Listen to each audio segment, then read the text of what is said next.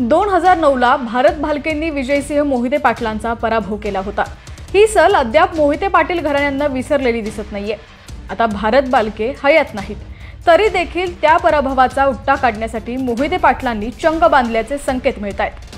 सविस्तर बातमी पाहूयात। त्याआधी तुम्ही जर HPN मराठी न्यूज चॅनल पहिल्यांदाच पाहत असाल आणि अजूनही चॅनलला सबस्क्राइब केलं नसेल तर नक्की सबस्क्राइब करा, जेणेकरून आमचे अपडेट्स लवकरात लवकर तुमच्यापर्यंत पोहोचतील। टेंभुर्णी इथं आज अभिजित पाटलांच्या प्रचारार्थ शरद पवार यांची सभा पार पडली। या सभेला मोठा प्रतिसाद मिळाला। माड्यात पवारांचा शिक्का जोरात चालतो असा इतिहास आहे। या संदर्भात पवारांनी तुफान बॅटिंग केली आहे। पण या सभेत पवारांनी पंढरपूर मंगळवेढा विधानसभा मतदारसंघाचा उल्लेख देखील केला नाही। सभा संपण्याआधी काहीच वेळ शिल्लक राहिला होता, तेव्हा खासदार धैर्यशील मोहिते पाटलांनी स्टेजवर अभिजित पाटलांच्या कानात काहीतरी सांगितलं। त्यानंतर अभिजित पाटलांनी चिठ्ठी लिहून पवारांना दिली। तेव्हा पवारांनी पंढरपूर मंगळवेढा मतदारसंघातील उमेदवाराचं नाव घेतलं। आता या विषयावरून चर्चांना उत आलाय। आता या सर्व घडामोडींचा क्रम पाहता आरोप प्रत्यारोपाला सुरुवात झाली आहे।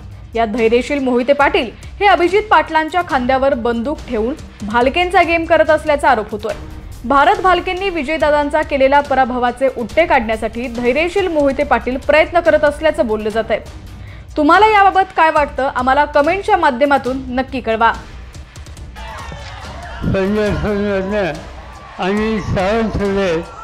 आणि सावंतांचं नाव घ्यायला मी विसरून गेलो। त्यांना मोठ्या उत्साहाने विजय करा ही विनंती या ठिकाणी करतो। इतके तास तुम्ही थांबलात, आम्हाला सगळ्यांचे विचार ऐकले त्याबद्दल आपल्याला धन्यवाद देतो।